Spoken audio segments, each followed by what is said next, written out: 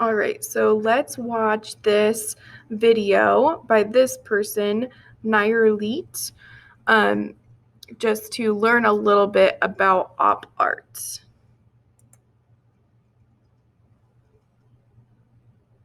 Let's learn about op art, not to be confused with pop art. Op art stands for optical art, art that uses optical illusions. These are pieces that trick the brain into thinking something is happening that couldn't really happen in real life. So when we look at these, if you just let your eye travel along some of them, they almost look a little bit like they're moving. These are not moving. I have this video paused now, but that is the beauty of optical illusion art, is that it tricks your eyes into thinking that things are happening that are actually not happening. Name op art was coined by Time magazine in 1964.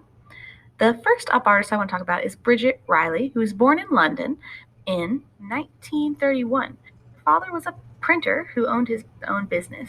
She didn't have much schooling until attending college, and as an adult, she worked in a glassware shop, as an illustrator, and as an art teacher. In 1958, she saw the work of Jackson Pollock and was inspired. In 1960, she began her signature op art style.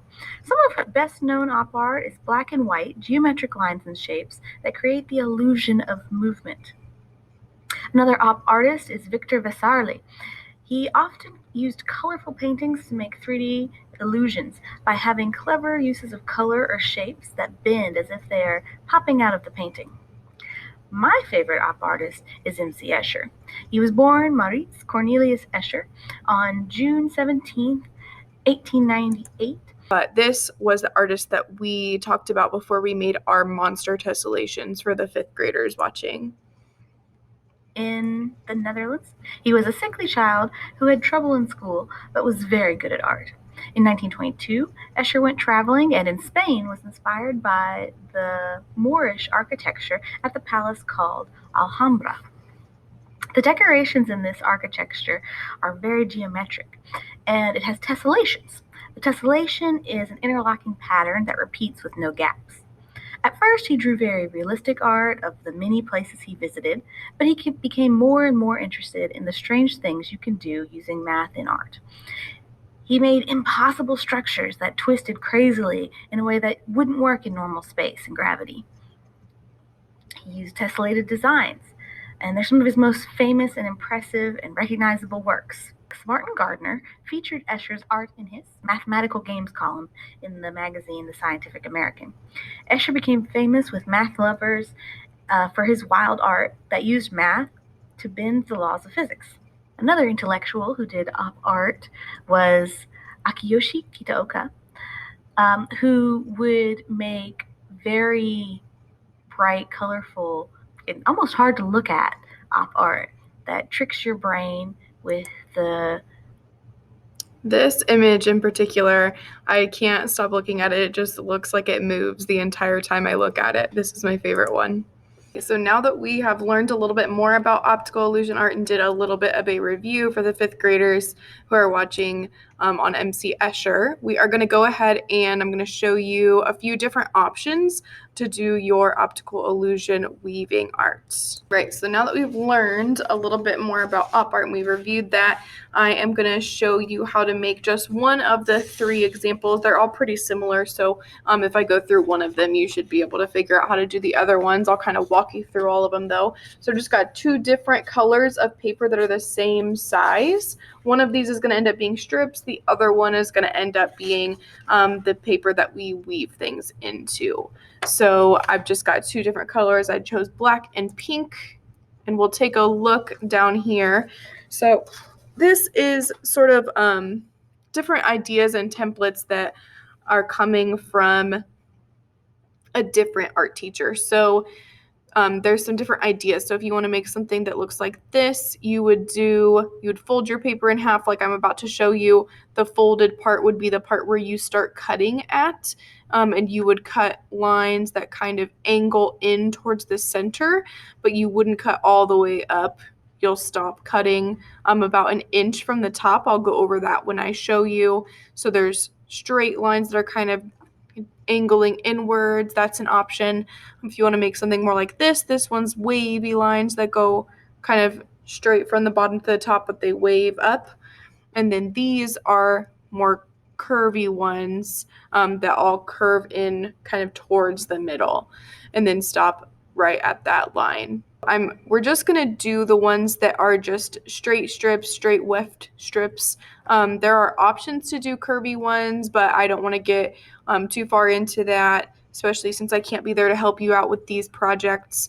And then your loom or your warp strip will be the part that you are cutting on. So I am going to choose to do maybe this wavy line one. So I'm going to show you how to do that. I'll get my screen larger here. So I'm just going to choose which one of these I want to be my weft strips and which one I want to be my loom. So I'm going to make my loom be this pink one. So I'm just going to fold my paper in half.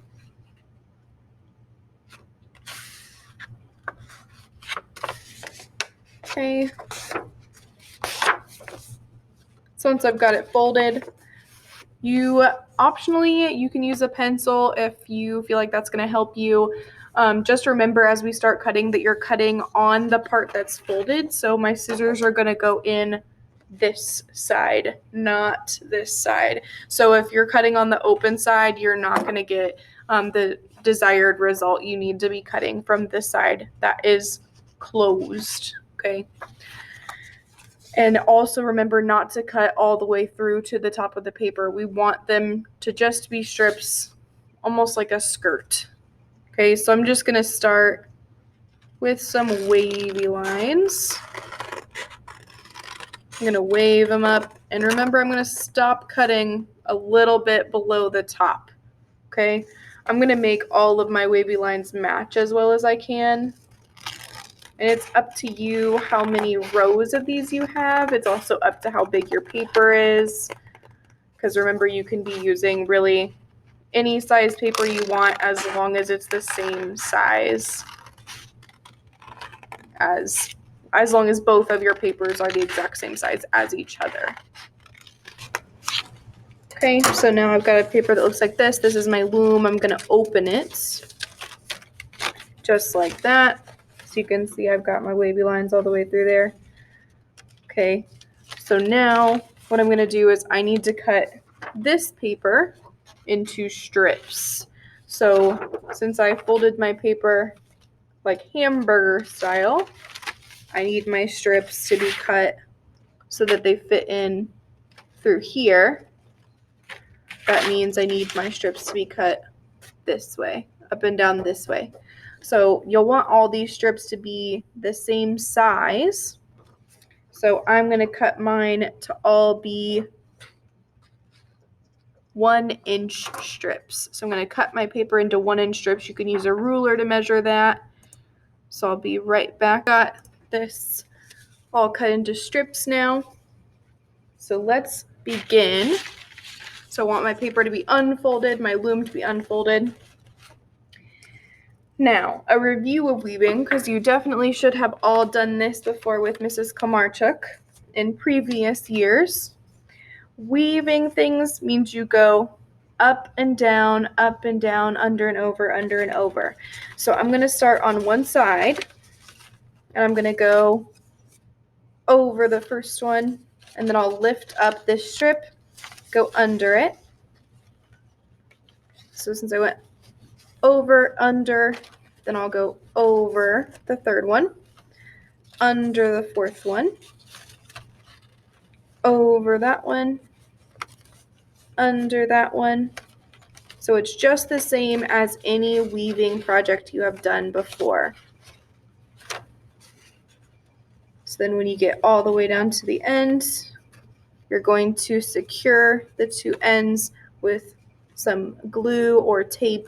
So I'm just going to lift up this part, put some glue right here, and then glue it down, and I'll do the same on this end. I'm going to start with my next one. So for my next one, am I going to start going over? No, because I went over the first time, so I need to go under this one. I'm doing the opposite of what I did last time. So under, over, under. It should look almost like a checkerboard pattern.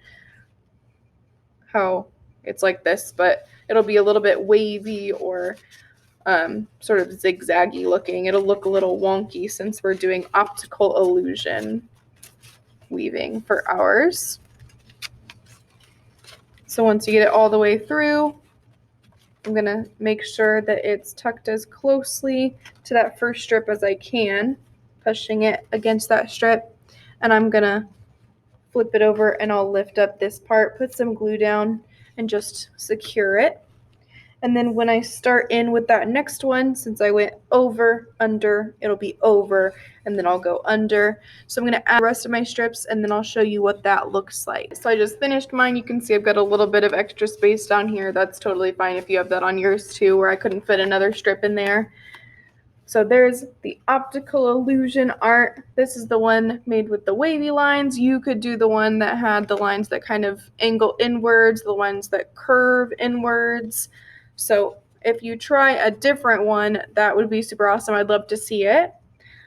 Take a picture of your artwork. If you want to make a couple of them, that would be even better. And submit them into the Google form or email them to me if that Google form isn't working for you. All right. Bye, artists.